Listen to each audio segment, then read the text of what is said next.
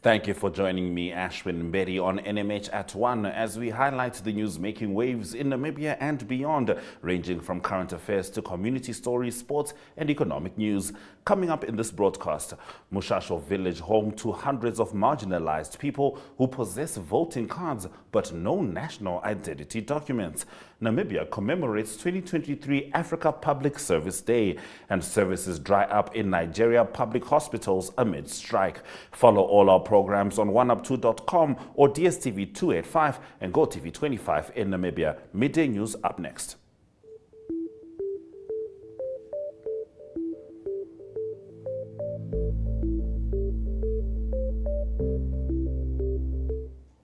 Services in government hospitals in Nigeria dried up on the first day of a strike called by public service doctors, with patients facing difficulties in accessing healthcare. It came as the president of the Resident Doctors Union told the BBC that his members had exhausted all options available to help them resolve the crisis. Now, at Aminu Kano Teaching Hospital in Kano, the largest city in the northwest, people were told to take their sick relatives home as no doctor was available to attend to them. Visual News highlights local stories from across Namibia. Stay with us. After the break, we continue with that. Welcome to Active Kids, a daily TV show that sparks creativity, learning, and fun for young minds. With exciting activities and lessons, Active Kids inspires curiosity and a love for learning. New face to the 115. The perfect mix of play and education. Don't miss out on the fun. Tune in to Active Kids on NTV every weekday at 10 o'clock and let the adventure begin.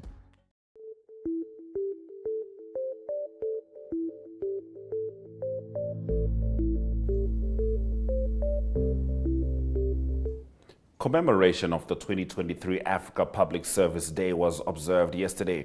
During the commemoration, a discussion was had which included performance management systems in the public sector as well as getting to Vision 2030. This footage is courtesy of MICT.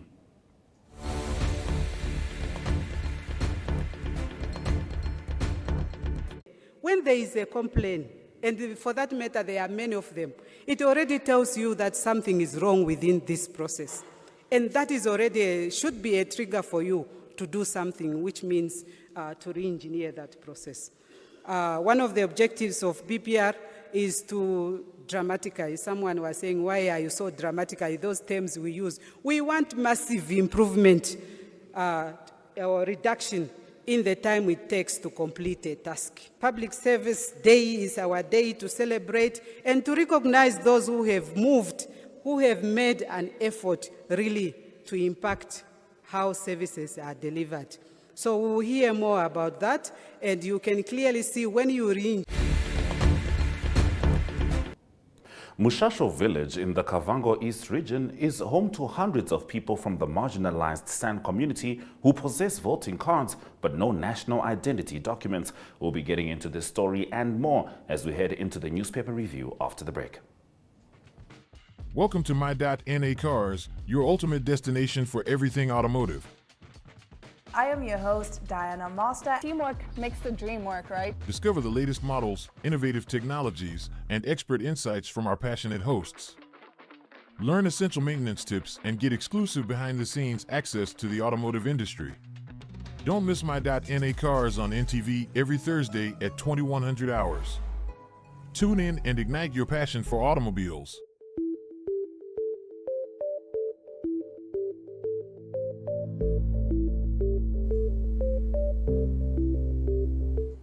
Namibian Sun leads us into the newspaper review. Mushasho village in the Kavango East region is home to hundreds of people from the marginalized San community who possess voting cards but no national identity documents. As such, they are stateless voters and their senior citizens do not receive the monthly government grant. They are forced to raise their children on sporadic food parcels provided by the state. The area is situated some 270 kilometers east of Rundu in the Babwata National Park. Around 2 p.m. one fine day last week, 96-year-old Numba Shambango sat in the company of fellow stateless pensioners, her children, as well as grandchildren. Hardap Regional Council Chairperson Gershon Dausab says removing Nampower from the southern region electricity distributors' plans won't affect electricity supply. The Keetmanshoop municipality held several community meetings earlier this month to mitigate growing frustrations from community members surrounding the establishment of SORED. We are not excluding Nampower only. There's logic behind it, and it was recommended to us based on electricity distribution in a report by the Electricity Control Board.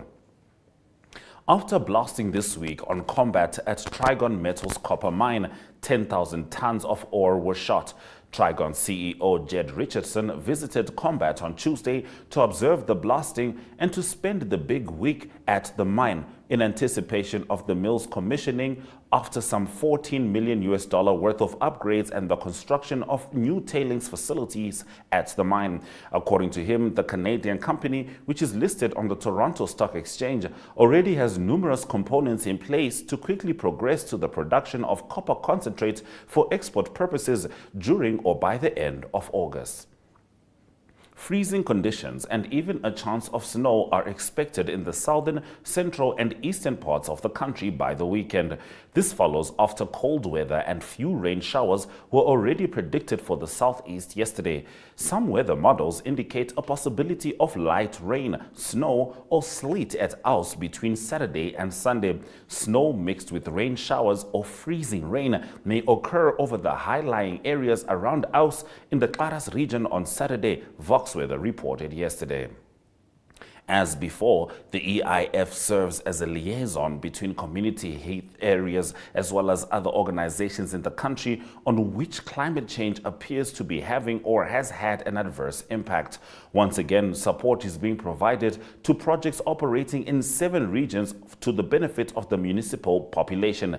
This is the main story Algemene Zeitung has in today's edition. Now, the grants totaling 88.3 million Namibian dollars will be awarded under the initiative Building Community Resilience through an ecosystem-based approach in 8 regions threatened by climate change. According to EIF spokesperson Lot Ndamanomata, the project is funded by the Green Climate Fund. On page 3, AZ is attending to SWAPO MP Jerry Ekanjo's bills to ban same-sex marriages and marriage ceremonies and to amend the Marriages Act 1961 are currently before President Hage Geingob for signature. Both the National Council and the National Assembly had previously given the green light. Human rights groups as well as the LGBTQ community have already expressed concerns and sharply criticized the drafts, saying they are discriminatory and could potentially violate the basic human rights of same-sex couples. Stay with us as we head into the Namibian after the break.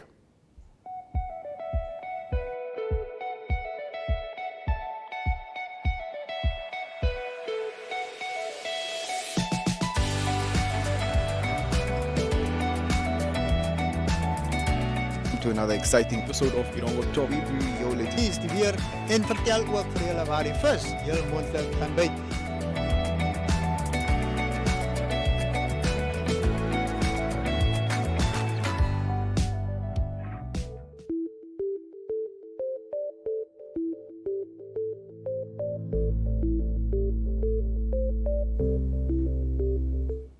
Continuing with the Namibian newspaper, Namibia is a free state. Therefore, there is no need for Namibians to flee to the United Kingdom, International Relations Executive Director Penda Nanda says. Speaking to the Namibian yesterday, Nanda said no one is being persecuted, denied employment, or being persecuted for political reasons, and the country does not restrict anybody from traveling. This comes after the UK Home Secretary proposed amendments to the immigration rules that seem to revoke the rights of citizens of a few nations to travel visa-free. The Ministry of Environment, Forestry and Tourism has received only 3 bids for the sale of 40 crocodiles. This was confirmed by the ministry spokesperson Romeo Muyunda yesterday and is reported on the Namibian's page 3. The Anti-Corruption Commission has come under renewed scrutiny after seemingly clearing two prominent public figures of malfeasance recently. Now, the institution has traditionally been accused of not going after the big fish in society. In fact, ACC shocked many by praising Emmanuel Mulunga, the embattled NAMCO managing director, for a 100 million Namibian dollar decision he took that was not cleared by the state-owned petroleum company's board. Similarly, Higher Education Minister Ita Kanji Murangi remains haunted by persistent claims of abusing subsistence and travel allowances from state-owned enterprises under her ambit. The police in Hardap embarked upon a renewed focus on curbing drug smuggling and using in the region. Police are confident of future success, but remain concerned over the prevalence of hard drugs in the region. Deputy Commissioner Eric Clay, the Crime Investigations Coordinator for Hardap, shared developments in this area with New Era during an interview in Mariento last week. Clay highlighted that drug abuse and trafficking had been major contributors to the escalating crime rate, particularly in Rehoboth. India's move to ban certain rice exports has sparked some panic buying in various countries, with videos on social media showing bags of the staple food flying off the shelves and long lines outside grocery stores. From the US to Canada and Australia, reports of overseas Indians stocking up are going viral. Some shops have imposed buying limits, while others hiked prices to cash in on the frenzy. Indian restaurants worry about a shortage. Rice is vital to the diets of billions in Asia and Africa. Now, Fly Namibia recently joined partner shareholder Airlink. What inspired this move and what it means for their operation, we'll find out as we move over to economic news. We are so excited to be kickstarting your morning with entertainment. Everything was happening during this past weekend. Yes. Exciting news. Wow, no, she was killing it already. In my opinion, I don't see anything wrong with him serving the full term. As well as keeping you informed on the issues that you need to know happening in and around our country.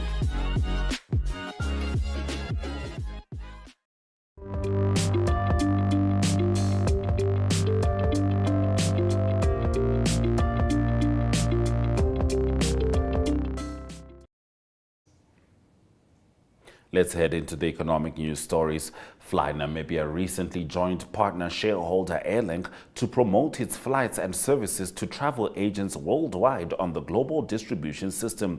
Through the GDS, Airlink has global reach and the ability to display and sell its inventory in many markets. Fly Namibia now also enjoys the same global access on a franchise basis. Airlink is a 40% shareholder in Fly Namibia. Fly Namibia Managing Director Andre Compion welcomed the move, saying it was a major milestone for the airline. Joining the GDS will be a boost for Namibia because it makes our flight network and schedule visible to customers in parts of the world that until now we have been unable to access. It also lets us provide customers with a convenient, user-friendly and seamless booking platform, he said. Extending reach, Airlink Managing Director Roger Foster said the development helped strengthen its services in Namibia. Fly Namibia's access to GDS would also help Namibia's economic expansion through travel. Let's head into the indicators.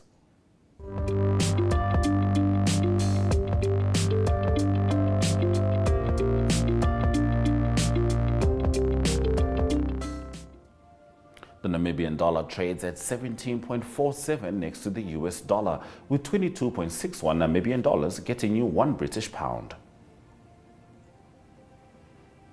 Letego Holdings Namibia Limited managed an uptick of plus 2.30%. Trustco Group Holdings made a downturn of 15.90%.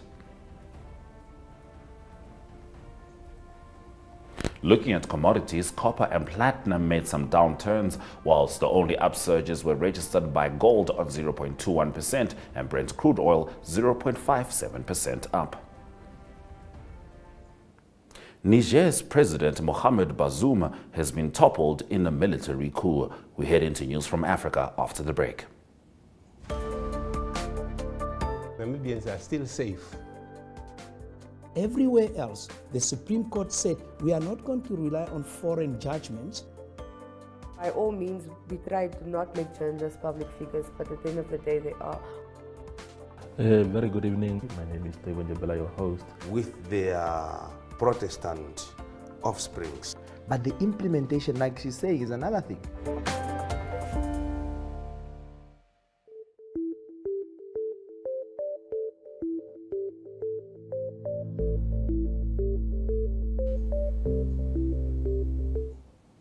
Niger's President Mohamed Bazoum was toppled in a military coup, and so said on Thursday on social media platform X that hard-won gains will be safeguarded and that Nigerians who love democracy will see to it. The country's foreign minister Hassoumi Massaoudou also posted on the platform formerly known as Twitter, calling on all Democrats and patriots to make this perilous adventure fail. Their statements followed a late-night address on Wednesday by soldiers on national television announcing that Bazoum had been removed from power and all institutions of the republic suspended, marking the 7th coup in West and Central Africa since 2020.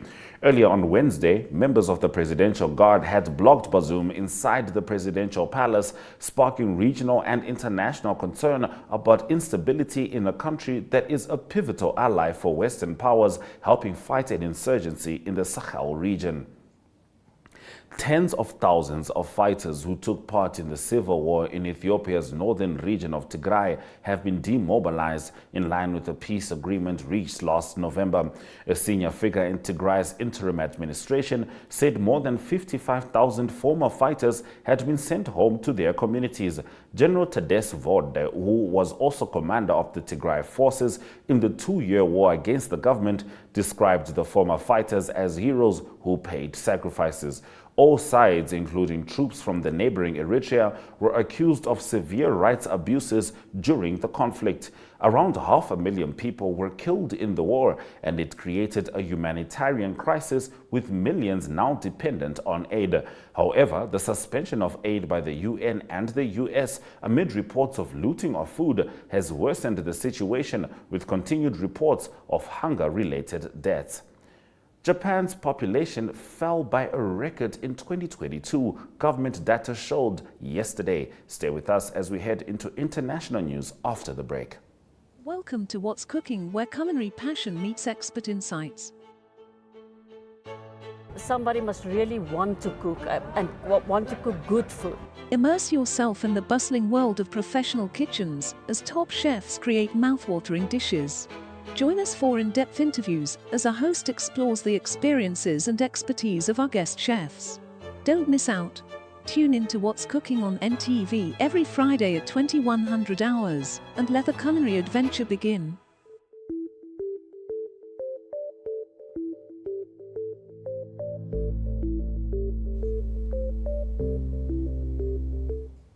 Let's head into the international news stories. Japan's population fell by a record in 2022, government data showed on Wednesday, as the country struggles to reverse its perennial low birth rates.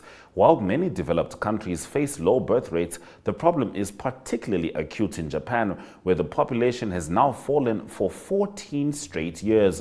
The country has the world's second oldest population after tiny Monaco. In January, Prime Minister Fumio Kishida warned Japan was on the verge of whether it can continue to function as a society. Last year, the number of Japanese fell by 800,523, or 0.65%, to 122,423,38 from earlier, a survey by the International Affairs Ministry shows. For the first time, the population fell in all 47 prefectures. The overall drop was the steepest decline recorded since 1968, when the government survey began, the ministry said. Iranian authorities have, in the last month, launched an intensified crackdown against women deemed to have violated the Islamic Republic's strict dress rules, Amnesty International said on Wednesday. Iran was convulsed for months by unprecedented protests sparked by the September 2022 custody death of Mansa Amini, who was 22, who had been arrested by the morality police for purportedly breaking the rules. Some politicians inside Iran had argued in the wake of the protests that the rules should be loosened, and there were even indications, never confirmed, that the morality police could be abolished.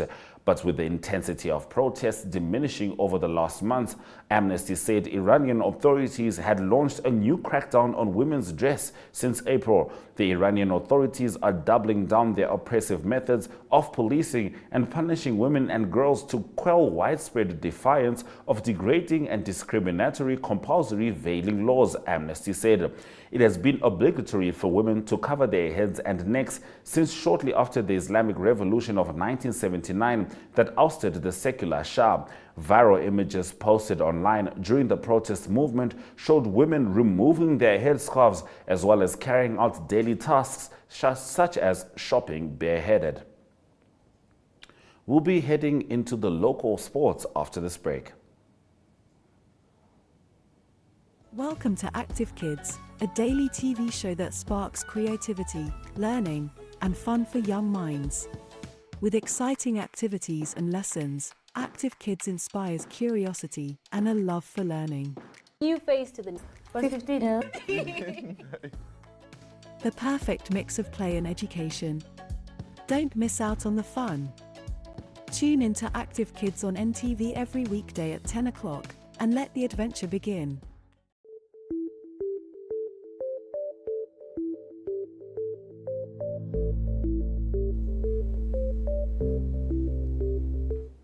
Let's start off with the local sports scene. The NFA says clubs have to make use of existing funds and are encouraged to get their own additional funds in order to remain self-sufficient. Namibia Football Association Secretary General Jochen Trout has revealed that the association is not in a position to fund teams battling for First Division playoffs due to the fact that they were already remunerated earlier. This comes after several football clubs and members in football circles expressed dismay over the fact that the teams have had to play without transport allowances. The playoffs have been scheduled to take place in different towns, where teams from the second division have been competing for a place in the first division. The clubs have argued, however, that the grants they have received are insufficient and cannot last a complete season, which has made it difficult for them to travel from place to place. The foundation for the Walvish-based Salt Junior Eagles' 7-wicket victory was once again laid by their bowlers in Dar es Salaam, Tanzania, during the African qualifiers for the 2024 World Cup in Sri Lanka. Namibia secured a 7-wicket victory when Kenya was bowled out for 64 runs in 30.4 overs. Namibia chased down the target by scoring 67 runs for 3 wickets in 16.4 overs in the second innings. Maurice Kariata continued his bull run at the University of Dar es Salaam Cricket Oval with 3 wickets for 10 runs in 5 overs. The 6th edition of the annual Queensnap Soccer Bonanza is slated for the weekend of 5 to 6 August in Groot Alb. The tournament has seen an influx of no less than 32 teams each year and is said to have become the people's choice.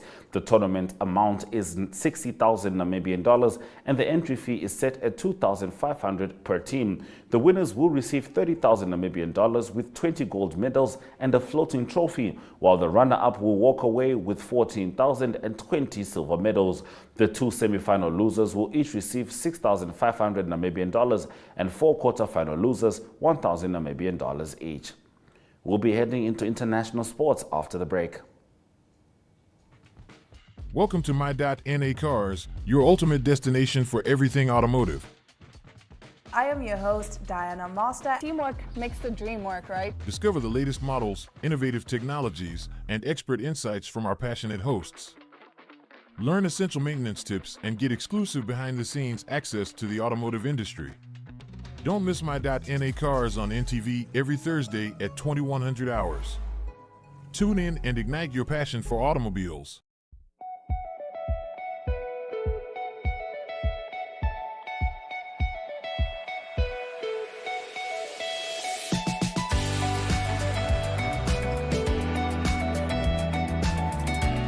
to another exciting episode of Hierong op Job.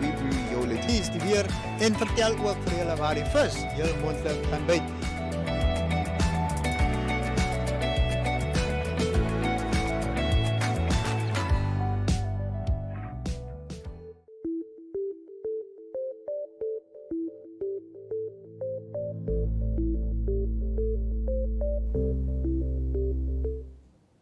All right, we start off with the Women's World Cup. Lindsey Horan denied the Netherlands a famous victory against the United States on Thursday in a 1-1 draw. The United States beat the Netherlands 2-0 4 years ago to retain their World Cup crown and are now pursuing a third in a row, something that has never been done before. But they were far from their best in front of a crowd of 27,312 and fell behind in the 17th minute to a superb strike from midfielder Jill Roord. Vlatko Andonovski's side grew into the game and struck back just after the hour with a header from skipper Horan, moments after she had a spirited exchange with a Lyon teammate Daniel van der Donk. Springbok midfielder Damien de Allende is relishing the challenge of taking on Argentina this weekend and further cementing his spot as leading contender for the 12th jersey for the Rugby World Cup. While there has been some debate about the midfield selection ahead of Argentina, it was coach Jacques Ninabau who made it rather clear that the Boks are spreading the load and that while some have criticized the selection of Jesse Kriel at 13, this test was the first they could have selected him after he was banned for a red card while in Japan. Jude Bellingham scored the first goal of his Real Madrid career as the Spanish Giants defeated Manchester United 2-0 in a preseason game in Houston on Wednesday. English midfielder Bellingham, who joined Madrid from Borussia Dortmund in a $114 million transfer in June, opened his account with an exquisite finish after just 6 minutes. Madrid defender Antonio Rudiger caught the United defense napping with a superbly weighted ball that sent Bellingham bearing down on goal. But unfortunately, not all of Spain could celebrate as Arsenal defeated Barcelona 5-3. Stay with us as we head into the highlights after the break. We are so excited to be kickstarting your morning with the entertainment. Everything was happening during this past weekend. Yes. Exciting news. Wow, no, she was killing it already. In my opinion, I don't see anything wrong with him serving the full term. As well as keeping you informed on the issues that you need to know happening in and around our country.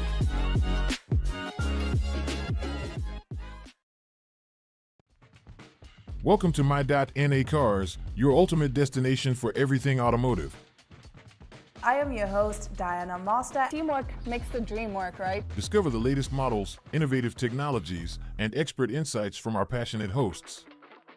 Learn essential maintenance tips and get exclusive behind-the-scenes access to the automotive industry. Don't miss My.NA Cars on NTV every Thursday at 2100 hours. Tune in and ignite your passion for automobiles.